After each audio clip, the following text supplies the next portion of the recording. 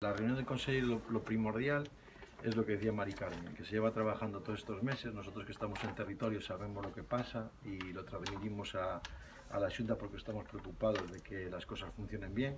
La sanidad es fundamental, es súper importante y nosotros no somos extraterrestres, como he dicho en alguna entrevista. Aquí hay una manipulación y una tergiversación de lo que pasa. Hay medios de comunicación que estuvieron el otro día en el pleno de la Rúa y saben lo que se dijo, que se defendió a ultranza la sanidad, se reconocieron los problemas que había en sanidad en la zona, pero no podemos estar de acuerdo con algunos puntos y más con las reacciones a esa votación en contra, porque se movió desde los grupos políticos a los sindicatos y se dijo lo que le interesaba decir, que es lo que dice Mari Carmen. O sea, nosotros no estamos aleccionados ni tomamos decisiones por lo que nos dice la Junta, porque de hecho hubo discrepancias también entre nosotros.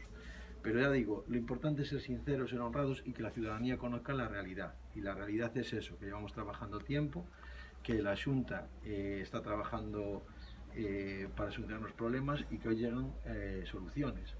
De ahí, la libertad de manifestarse está bien y que la población reivindique. Lo que no consideramos bueno es que, ya digo, que se ataque a los que precisamente estamos peleando también por las soluciones y que se tergiversen nuestras palabras o que se digan cosas que no corresponden.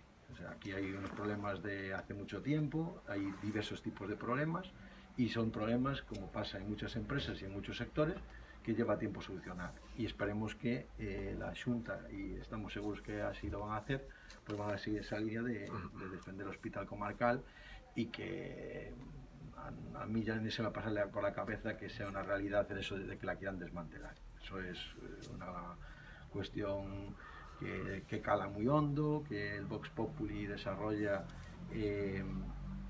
una facilidad increíble, pero estamos seguros de que en una zona como la nuestra, y lo comentábamos en la reunión, donde estamos muy lejos de Orense, el hospital comarcal, el hospital principal, el hospital comarcal es fundamental para lo que es la comarca y todas las poblaciones que están y dependen de él.